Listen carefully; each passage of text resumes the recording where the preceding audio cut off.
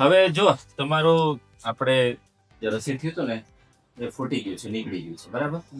એટલે આ દવા આપી છે, પૂરી કરો તમે. અને સુગર અત્યારે થોડુંક વધારે આવે છે, 229 છે સુગર. તો આપણે ડાયાબિટીસના ડોક્ટરને બતાવી દઈએ. એક આપણે ફિઝિશિયનને બતાવી દઈએ સુગર માટે, અને દવા થોડી ચાલુ રાખીએ. એટલે પાછું મને સોમવારે તમે બતાવી દેજો. એટલે આપણે ધ્યાન રાખવાનું છે કે સુગરને વધવા નથી દેવાનું. એમ સુગર નહીં વધે ને તો રસી નહીં થાય. એટલે અત્યારે 200 ઉપર સુગર ગયું એટલે રસી થઈ. નેક્સ્ટ ટાઈમ આપણે ધ્યાન રાખશું કે સુગર નહીં વધવા દઈએ, બરાબર.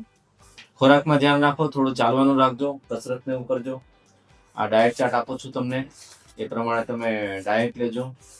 આમાં બધું ડાયટ ચાર્ટમાં વ્યવસ્થિત લખેલું છે, સવારે શું જમવાનું, બપોરે શું જમવાનું. અને એક ડાયાબિટીસનો ડાયટ ચાર્ટ છે ને, એ પણ તમને આપું છું. એ પણ તમારે લેવાનું છે, બરાબર.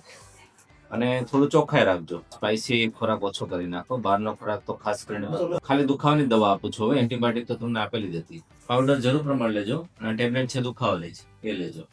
અને મને પાછું તમે સોમવારે બતાવી દેજો.